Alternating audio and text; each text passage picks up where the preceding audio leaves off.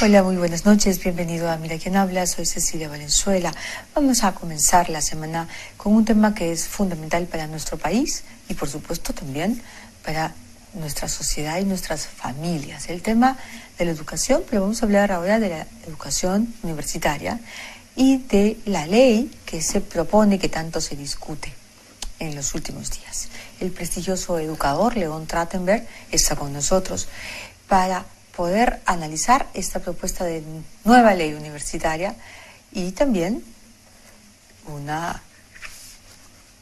aporte como el que León siempre es capaz de darnos en los temas fundamentales de la educación. Bienvenido, León.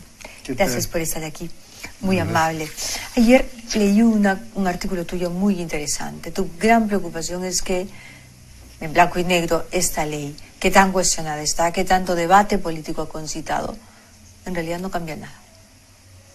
Claro, el tema es que esta es una ley que se saca 30 años después de la antigua ley universitaria del año 80 y tantos, más algunas correcciones en el tiempo, y era la oportunidad para escoger entre dos opciones.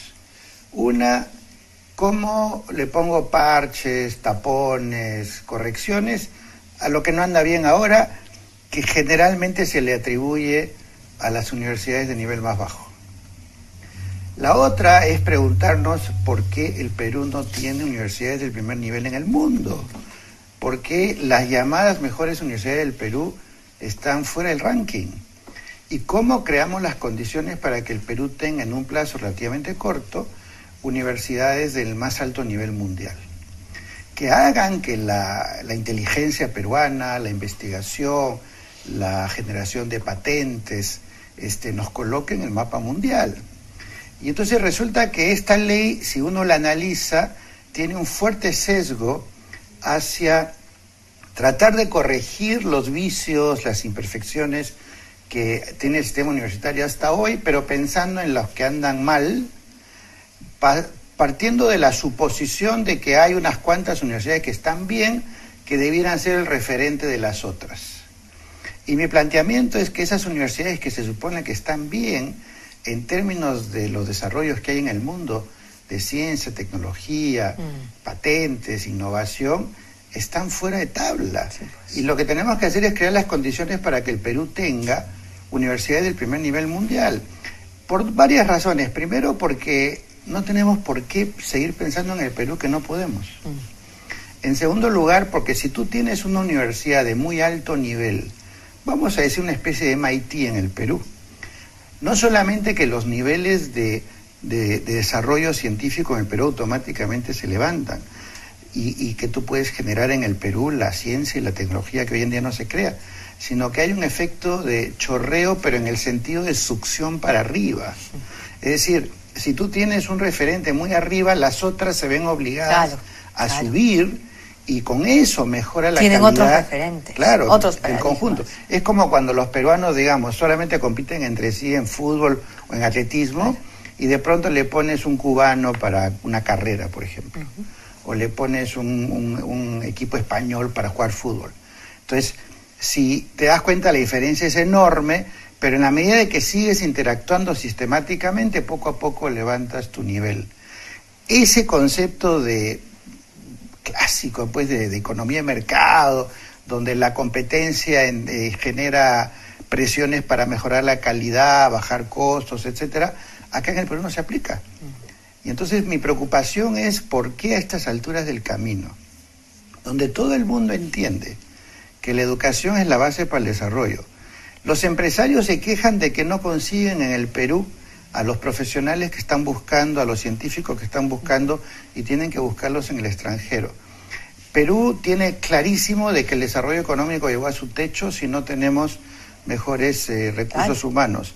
¿Por qué en este contexto seguimos legislando para poner parches a las universidades que andan mal, en lugar de orientarnos hacia levantar la calidad de las que están bien o las que podrían estar mejor si tienen al frente otras que las empujen para arriba? Y a la creación de universidades con esas posibilidades. Claro. ¿Qué tipo de ley o qué propuestas fundamentales hubieras esperado en una ley que realmente hubiera visto el cambio y no el parche?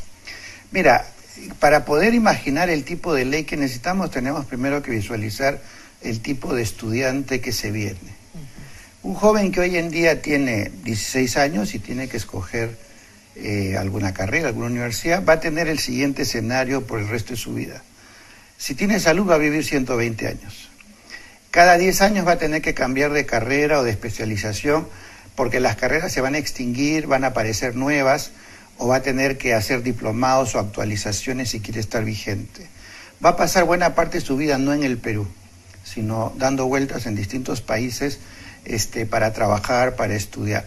Una buena parte de sus estudios van a tener que ser online, en plataformas virtuales, en concursos que en el Perú no existen y que solamente se pueden tomar en ciertas universidades en el mundo. Va a tener que hacer cursos técnicos algunos, académicos otros, en corporaciones otros, que van a ir armando su currículo. Entonces yo esperaría un sistema universitario que tenga la flexibilidad para reconocer todas esas distintas modalidades y posibilidades de estudios a distancia, de estudios presenciales, de estudios en el extranjero, de que extranjeros vengan a enseñar en el Perú, que se convaliden estas opciones, que se generen las posibilidades, por ejemplo, de una universidad abierta en el Perú, que pueda ofrecer cursos de altísimo nivel a bajo costo para que todos los que quieran en el Perú estudiar estos cursos los puedan hacer inclusive online. Y sobre todo, yo me imagino que el Perú podría tener una universidad que sea la número 1 en el mundo, por ejemplo, en estudios de biodiversidad, financiada por empresas farmacéuticas, cosméticas, alimentos, colocada, por ejemplo, en la selva peruana, donde hay una riqueza enorme en estos temas, trayendo a los mejores científicos del mundo en estos temas para que empiecen a producir acá ciencia, tecnología, patentes, que no solamente levanten el nivel educativo del Perú, sino también proyecten al Perú a nuevos mercados. Cuando uno analiza esta ley, ¿qué posibilidades te da esta ley? Para una cosa así, tú tienes otra vez que las carreras las tiene que autorizar el CINEAO, todas tienen que durar lo mismo, no está permitido estudios de pregrado a distancia online, tienen que hacerse en el Perú. Los estudios que se pueden hacer en el exterior requieren una convalidación que tiene que ser normada por el CINEAO, que todavía no se sabe cómo van a ser. No se aceptan carreras que tengan menos de 10 semestres, no pueden enseñar en las universidades profesionales que no tengan maestría. Hay una excepción que dice que hay 10% de profesores extraordinarios. Yo me pregunto, en una carrera como ingeniería, los mejores ingenieros del Perú, por ejemplo, no tienen maestría. No podrían enseñar en la universidad porque el 10% de, digamos, un semestre donde tiene 6 cursos, es 0.6 cursos, a lo más un curso. ¿Quién va a enseñar los otros cursos? Por ejemplo, en ingeniería, por decir una carrera que no tiene, que una gran cantidad de profesionales muy competentes no tienen maestría ni tienen doctorado. Y así tienes una serie de problemas en la ley que te dicen, esto está hecho para el siglo pasado, esto no está hecho para estos tiempos. Y eso es lo que a mí me preocupa, me da pena, digamos, que, es cierto, está que se haya perdido la oportunidad, pasado, ¿no? Se ha perdido la oportunidad, pero sobre todo el análisis, escuchándote, es que no hay visión, no proyectamos el Perú en el futuro, y el Perú, de otro lado, sí avanza hacia el futuro. Hay una serie de nuevas carreras que en el Perú ni siquiera se contemplan como posibilidad. Mira, hay una carrera que es el biohacker, que me parece que lo da el MIT, que es la gente que se dedica a analizar el ADN y evitar que se altere por manos malévolas, digamos. Hay lo que se llama los policías meteorológicos, que se preocupan de que no haya terrorismo climático, porque hoy en día tú puedes alterar el clima y producir sequías o lluvias o lo que quieras artificialmente. Hay carreras como biomecatrónica, que es una integración entre biología, medicina, resistencia a materiales, electrónica e informática para crear rodillas artificiales, tobillos artificiales y demás. Es decir, dicho sea de paso, hay el cirujano clonador, o sea, es el experto en clonar órganos para colocar, digamos, a las medidas específicas que requiere cada paciente el órgano que le haga falta. hay cirujanos de la memoria que van a activar los temas que tienen que ver con memoria. Hay el agrochef, que es la mezcla entre chef y experto agrícola. Bueno, hay infinidad de carreras que en el Perú ni se escuchan porque hablas de derecho, de economía, de administración. Y entonces, ¿qué dice la ley? Que para que el CINEAU te autorice o CINEDU, creo que se llama, CINEDU, alguna cosa una carrera, tienes que demostrar que hay un mercado. ¿Cómo vas a demostrar que hay un mercado cuando tú estás haciendo un descubrimiento que va a crear un mercado y que tú no puedes demostrar que ese mercado existe hasta que no existe el producto de esa investigación o de esa carrera? Steve Jobs se volvería loco si le dicen, tú para hacer tus productos tienes que demostrar que hay un mercado, porque él con sus productos crea el mercado y genera la necesidad que resuelve una serie de problemas. Entonces, todas estas carreras simplemente en la mente, en la vida de los autores de esta ley no existen, y por otro lado tampoco las facilidades para que se generen. Mira, el Senati, por ejemplo, por bajar un nivel a un instituto, está conformado en su directorio por empresarios. Cada vez que detectan la necesidad de una carrera, tienen que pedir permiso al Ministerio de Educación para que homologue la carrera, y suele tomar 3 años. Entre que los empresarios detectaron que ahorita tengo una necesidad de una carrera para el Senati y que el Ministerio te da la autorización para crear la carrera que permita que des un título a nombre de eso. Entonces, ¿qué hacen? Los industriales que no lo consiguen buscan pues en el exterior. Tienen que importar. Como pasó cuando se necesitaban soldadores de tubería de gas, que tuvieron que traer argentinos, chilenos, porque no había en el Perú los que se dediquen a eso. Y entonces, imagínate que este CINEDU va a tener que autorizar, evaluar todas las carreras que vayan generándose en, digamos, a pedido de las universidades. Entonces, claro, te van a decir, no, va a ser un órgano muy competente, muy eficiente. ¿Quiénes lo van a integrar? ¿No es cierto? Exacto. Van a tener que tener maestría también, seguramente. Los integrantes del CINEDU me imagino que van a ser doctores todos. ¿Doctores? Creo que sí, creo que tienen que ser doctores, me parece, y entonces ya está sesgando la posibilidad de que mentes brillantes del Perú puedan estar ahí, porque eventualmente si no tienen doctorado no pueden estar en el órgano rector. Además de que el mundo y la modernidad en realidad requiere de mucha creatividad, de mucha innovación, y entonces esta suerte de parámetros, ¿no?, en las que están circunscribiendo la educación universitaria, y luego también el divorcio de la universidad respecto del Instituto Tecnológico. El tema de los tecnológicos realmente es para llorar. La ley pone en las disposiciones complementarias, en la tercera, te pone una lista de, no sé, son como 50 escuelas superiores de música, de folclore, de arte, que se reconocen, o sea, que van a poder dar grados universitarios. O sea, el egresado de los institutos las escuelas superiores pueden hacer en la universidad, si quieren, un posgrado o lo que fuera.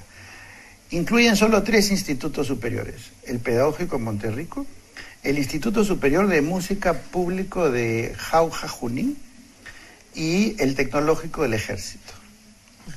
Yo me pregunto, ¿dónde está TecSup? ¿Dónde está Cibertec? ¿Dónde está ISIL? ¿Dónde está Toulouse-Lautrec? ¿Dónde está el IPP? Esos no. ¿Por qué? Porque se mantiene la idea de que el instituto tiene una formación de menor jerarquía o calidad que la de la universidad. Y entonces ahora resulta que le han dado a todas las escuelas de arte y música sí la posibilidad de convalidarse, y no las de ciencia y tecnología, que son las que realmente, o las de comunicaciones, que son las que tienen que ver más con los requerimientos de este siglo. Entonces, en lugar de decir todo crédito estudiado en un instituto, en la educación superior, sea técnica o sea académica, es equivalente. El joven estudió un cuatrimestre para obtener sus 16 créditos. ¿Por qué los créditos del TecSup no pueden ser comparables a los créditos de la Universidad del Centro, por ejemplo? Claro. ¿Por qué? Simplemente la ley mantiene el divorcio entre haberte formado un instituto tecnológico y los otros, con el agravante de que el Instituto Tecnológico tiene un techo en su primer título, porque no puedes hacer un posgrado, por ejemplo, en administración o en economía o puedes hacer una especialización en un área de la ingeniería. Es bien curioso, el TECSUP tiene reconocimiento en Alemania, pero no en el Perú. O sea, en Alemania puede ser un posgrado con el título del TECSUP y en Perú no. Es decir, hay unos ridículos en realidad en estas normas. Esa es la expresión. Esa es la expresión. Hay una enorme mediocridad en las normas. Y es tremendo, ¿no? Porque finalmente ha habido una reacción de parte de los rectores de las universidades, sobre todo rectores de universidades contradictorias que dicen, oiga, un momentito, o sea, aquí tenemos en todo caso el derecho de debatir internamente y de intentar, o de por lo menos proponer lo mejor para nuestros alumnos. Y el otro problema que tiene es un problema de gestión. Es decir, te dicen que ahora vas a elegir al rector y a los vicerrectores en plancha. ¿Por qué? Porque decían que antes los vicerrectores les arruchaban el piso a los rectores. Pero entonces tienes una plancha en el rector y los vicerrectores, pero la composición del consejo universitario los pone en minoría. Porque tienes al rector y los vicerrectores, al director de la escuela de posgrado, tienes un cuarto de los decanos y el tercio de todo el conjunto tienen que ser estudiantes. Entonces, por ejemplo, una universidad que tenga, por decir, 16 facultades, vas a tener 4 decanos en el consejo universitario, 4 estudiantes, un director del posgrado y el rector con sus 2 vicerrectores.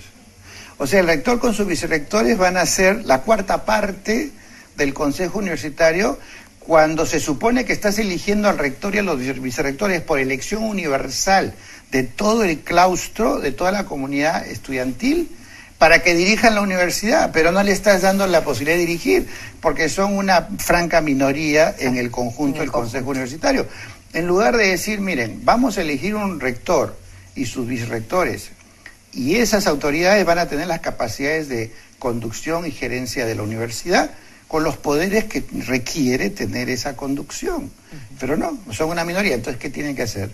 O negocian con los estudiantes, o negocian con los decanos, y se acabó toda la idea al final de una gestión eficiente, porque el rector y los vicerrectores no pueden aplicar su programa para el cual han sido elegidos, porque van a depender de los 9 votos de los otros.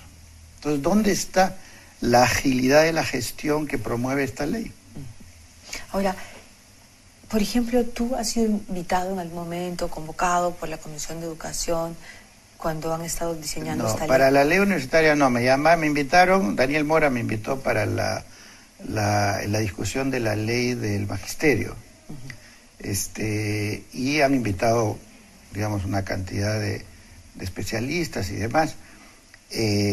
Creo que algunas cosas tomaron nota y otras quedaron como estaban, de tal manera que en esas sesiones sí participé una vez.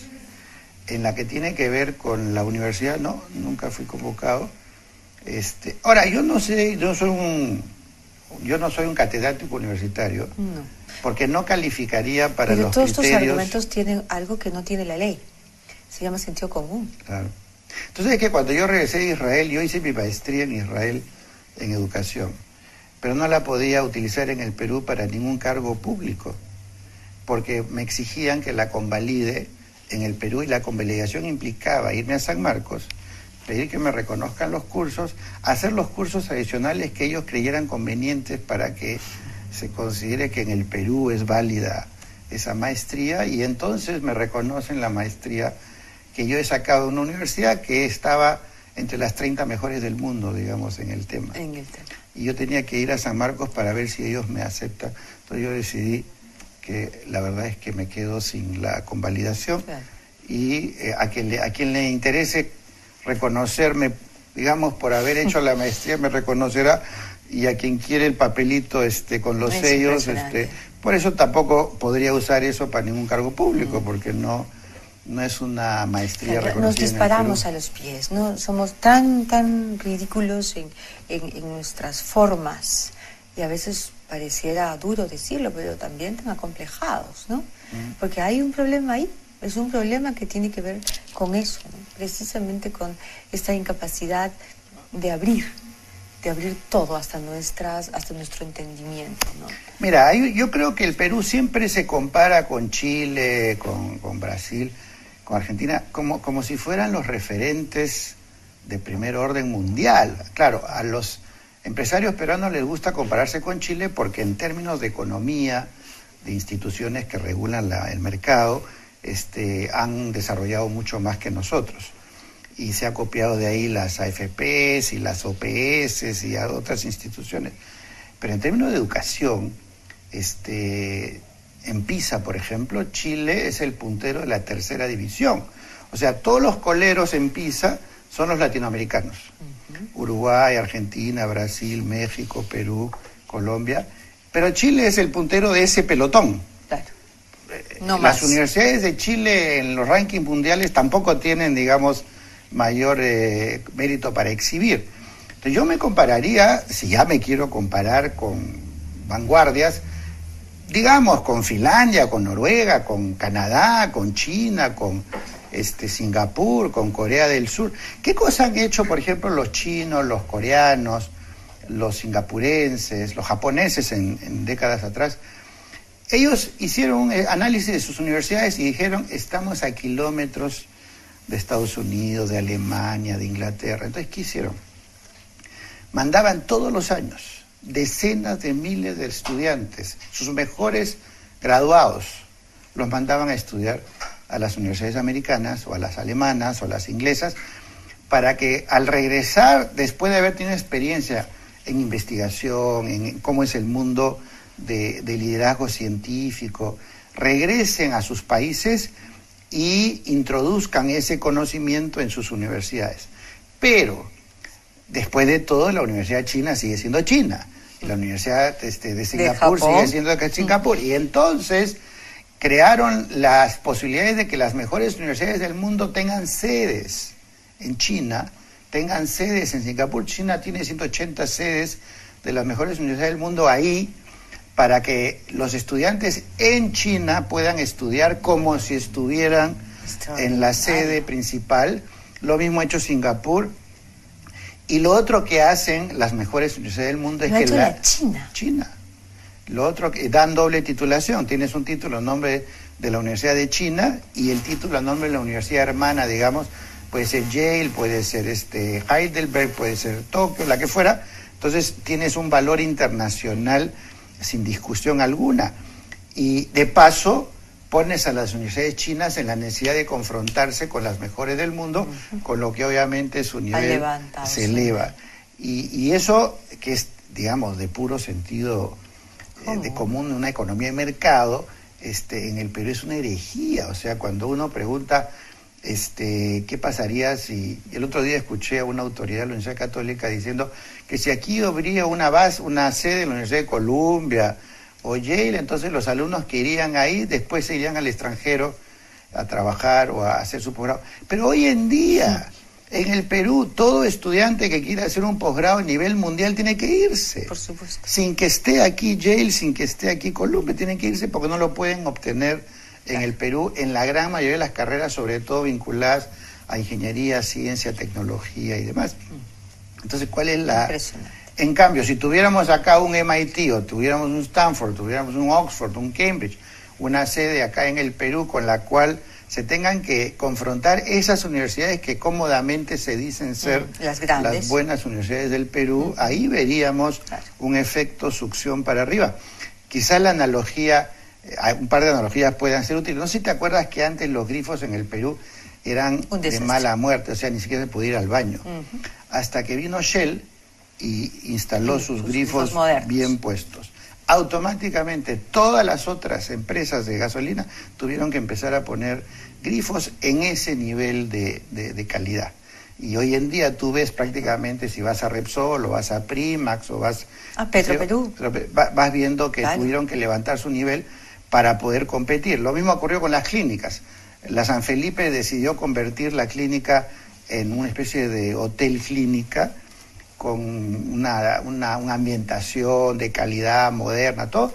Inmediatamente tuvieron que ponerse las pilas la Ricardo Palma, la San Borja, la Javier Prado, en general, la TESA, porque si no se iban a quedar atrás. Entonces, cuando tú pones lo que los de marketing dicen benchmark, ¿no? Pones el que lidera, la vanguardia, la pone más alta, los otros se ven obligados a subir. Eso le falta al sistema universitario peruano.